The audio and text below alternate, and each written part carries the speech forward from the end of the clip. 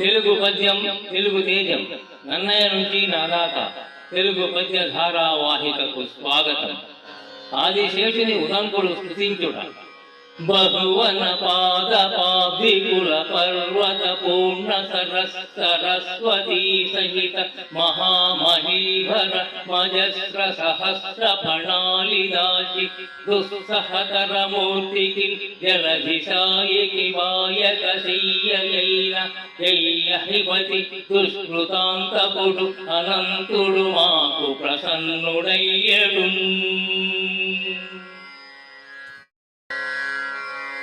అనేకమైన అడవులతో, పర్వతాలతో, తటాకాలతో, నదులతో, సముద్రాలతో ఉన్న భూభారాన్ని తన 1000 పడగల మీద ధరించడమే కాకుండా ఇతరుల పాపాలను తొలగిస్తూ దుస్సహతర మూర్తి అయిన జలధి సాయికి చెయ్యగా ఉన్న ఆదిశేషుడు నాపై అనుగ్రహం కలవాడు అగుగాక అని అనంత నామధేయం గల ఆదిశేషుని ఉదంకుడు ప్రార్థిస్తాడు.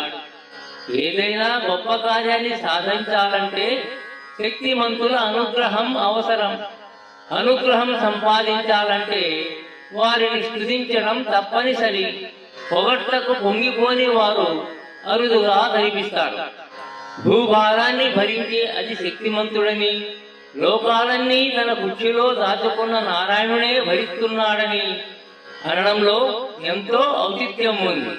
భగవంతుని మోస్తున్న శక్తిమంతుడి కన్నా బలవంతుడిని మీరు ఊహించగలరా? పొగడితే అయినా ఇది అబద్ధం కాదు, ఉన్నమాటే అన్నాడు ఉదంకుడు. ఎవరినైనా మెప్పించాలంటే నిజాన్ని అందంగా చెప్పడం అవసరం. అది పొగడ్తే అయినా పొగడ్తలాగా కనిపించకూడదు. పొగడ్త నమ్మశక్యంగా ఉండాలి, అబద్ధాలు చెప్పకూడదు. అందమైన మాటలతో మంచి గుణాలను, సమర్థతను వర్ణించగలిగే లౌకిడి పనులు సులభంగా జరిగిపోతాయని చెప్పకనే చెబుతుంది ఈ పద్యం.